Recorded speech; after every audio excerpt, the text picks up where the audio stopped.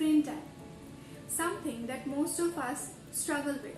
We all want our kids to manage it well, but at times we fail to do so. So today, let's get to know some truly helpful ways to do the same.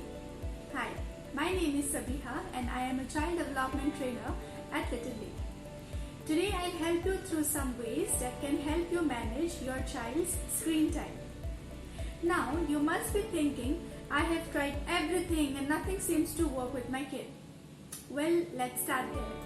Let's talk about a few things that you as parents should be avoiding while you are trying to manage your child's screen time.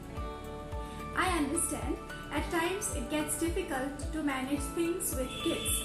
We have to always keep in mind that we do not become very harsh or rude with them while we are trying to teach them something.